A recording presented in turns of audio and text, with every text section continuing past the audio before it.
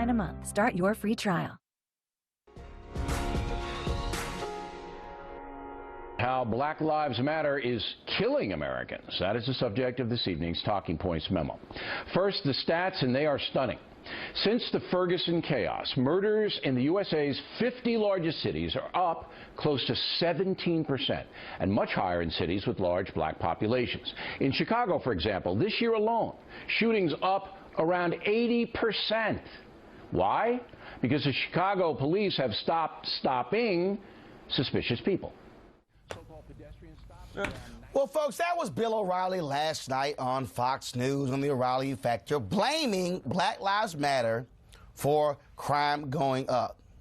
You know what this reminds me of? This reminds me of folks blaming women for rape because they actually wear a skirt. See, what's interesting here is Bill O'Reilly won't call the cops out for not doing their job. What he's going to do is call out Black Lives Matter, the group that's actually holding cops accountable for not doing their job. See, what you're experiencing here, folks, is a perfect example of constantly wanting to shift the conversation away from the real cause, and that is, let's actually blame those who are fighting the system. But you know what's interesting?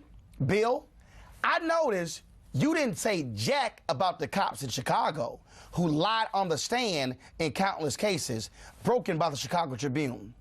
I noticed you didn't deal with that. I noticed you haven't called out the cops who erased the video at the Burger King in the Laquan McDonald case.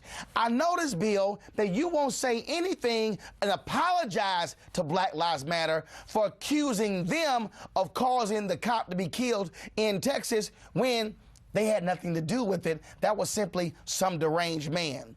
Folks, I need y'all to understand here. Bill O'Reilly has the largest watch show on cable news. Bill O'Reilly is largely talking to a white audience, an older white audience. Bill O'Reilly is not interested in actual facts. In fact, Bill O'Reilly is not interested in a real debate. This is the same guy who said on his show that he'll gladly debate anybody on his show who defends Black Lives Matter. I volunteered. My people called Bill's people. They said, we'll take it to Bill. Bill is still scared. In fact, I even was told that the Fox News PR people called a reporter who wrote about that and said, how dare you write about Roland Martin talking about Bill O'Reilly? Well, guess what, Bill? I'm talking about your sorry behind again. For you to continue to attack Black Lives Matter for holding cops accountable is shameful, because folks like you and Sheriff David Clark and Sean Hannity, y'all don't want cops held accountable because you make excuses for them. It'd be different if you actually covered the examples of cops doing wrong. It'd be different if you hold them accountable. But see, you don't do that.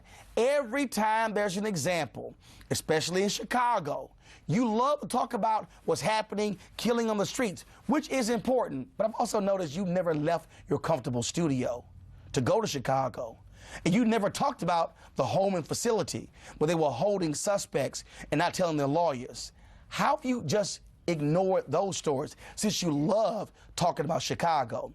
The reality is this: Black Lives Matter has forced a level of accountability in America dealing with police that we have never seen. And the people to blame for crime going up are these sorry cops who don't want to do their job, but they want to draw their paychecks and they want their pension. They're the ones who are not doing their jobs. They're the ones who should be patrolling. And I'll say this: if you're a cop doing stuff right, you shouldn't be afraid if you're caught on videotape. Because you know what? You say it doesn't matter. But tell me this, Bill, that you do a story the other day on a cop who punched a woman who was simply sitting down with her cell phone. I noticed you never do any of those stories because you say those are just a few bad apples, except when we see video after video after video after video. I guess at Fox News, y'all don't have the capacity to see those videos. You must have a cop filter block on your internet that prevents you from actually seeing the videos that we often show on this show. And I said it point blank. Every time you call out Black Lives Matter and you're wrong, I'm gonna check you, Bill, because in this case, you're a flat out liar. And I'll say it again: if you want a debate, call me. Pick the day, pick the time, pick the location, and I'll be there. I'll pay my own way. But the reality is, you don't want that conversation because you don't want your viewers to actually be exposed to facts. What you want to do is keep blaming Black Lives Matter for cops who are doing wrong. Look at my panel here. What bothers me, again, is the lack of accountability. No, I gotta breathe, Roland. I feel like the collection plate should be handed around to everybody. Look, what gets me about Bill, and a lot of other right-wing people about this, is they love the idea of government accountability when it comes to teachers, or when it comes to Congress, or when it comes to anybody else who works for the bureaucrats, exactly. Or when it comes to TSA. Exactly. Everybody's got to be held accountable in the government, except for cops. Except for some reason, police officers are no longer government employees who are just taking a check. They're these exalted beings who you can't say anything about, and you must just show love and appreciation at all times. And I've said this all along. If you had a local hospital that was repeatedly getting in trouble for children dying in the hospital, if you had a school system where everybody was getting in trouble every other year for kids getting beat up or hurt, they would order the firing of every teacher and every single doctor in that school. But for some reason, when cops kill black people all the time, suddenly they can't be held accountable. It's ridiculous. I dare Bill O'Reilly to have Ryan and his mother on.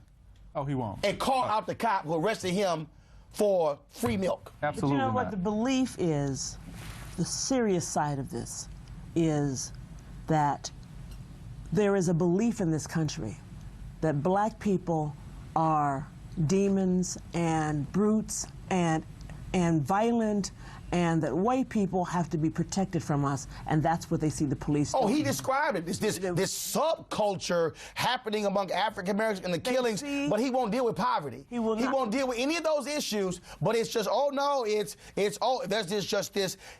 What he's trying to do is essentially say there's this defect in black people. Exactly. That, oh my God, this explains what's going on. We must Even though O'Reilly will not say on his show that of the cops killed this year, mostly killed by whites. But you know, it's the same story, because we don't say in the immigration problem that our trade policies are the reason their country is paying them 5 cents an hour.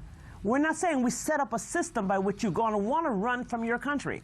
We never want to deal with the detail, as Roland's saying. But Roland, when Bill O'Reilly invites you on the show, when he does, I'm having a watch party. Everybody bring wine and popcorn. I mean, sorry, go ahead. Oh, I was going to say Bill is and has always been very good at playing the ratings game. He knows his audience like and playing the race card. Oh yeah, and he plays knows the his race card. audience And very let me be well. clear, I'm not calling him a racist.